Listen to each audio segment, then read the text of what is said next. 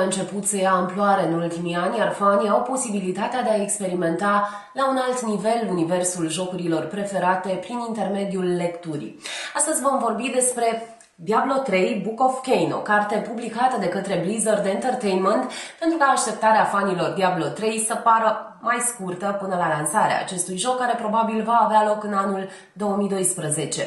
Nu vă vom povesti evident conținutul cărții, dar vă putem spune că ea cuprinde meditații ale lui Cain, dar și zeci de ilustrații care înfățișează creaturi angelice sau demonice ce se războiesc în continuu. Cartea este creată de asemenea unui artefact din universul Diablo. De asemenea, ea este scrisă din perspectiva celui care a fost martor și a participat la unele evenimente ale conflictului. Deckard Cain, cunoscut și sub numele de Cain the Elder, este ultimul supraviețuitor dintre magii Horadri. Cain este cel care de-a lungul celor două jocuri Diablo îl însoțește pe jucător și îl sfătuiește în privința questurilor pe care le are de îndeplinit. Cain este cel care va identifica obiectele fără a cere nimic în schimb dacă va fi salvat de jucător în jocul Diablo 2. Acesta este descendentul lui Gerard Cain, care l-a încarcerat pe Diablo cu 200 de ani înainte de evenimentele din Diablo 1.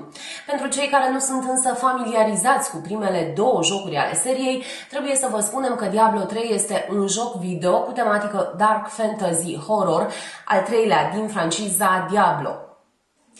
Diablo The Lord of Terror este cel mai puternic dintre cei trei Prime Evils, în ciuda faptului că este cel mai tânăr dintre frații săi. În cazul încarnărilor precedente din Sanctuary, Diablo lua în posesie ființe umane și transforma corpul gazdelor.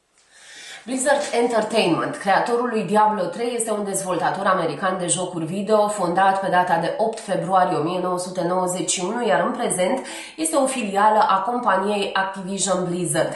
Aceasta a devenit cunoscută în 1994 după lansarea jocului Warcraft 1, iar apoi a devenit publisherul cel mai puternic din lume, odată cu seriile de jocuri Warcraft, Starcraft, Diablo și, evident, World of Warcraft.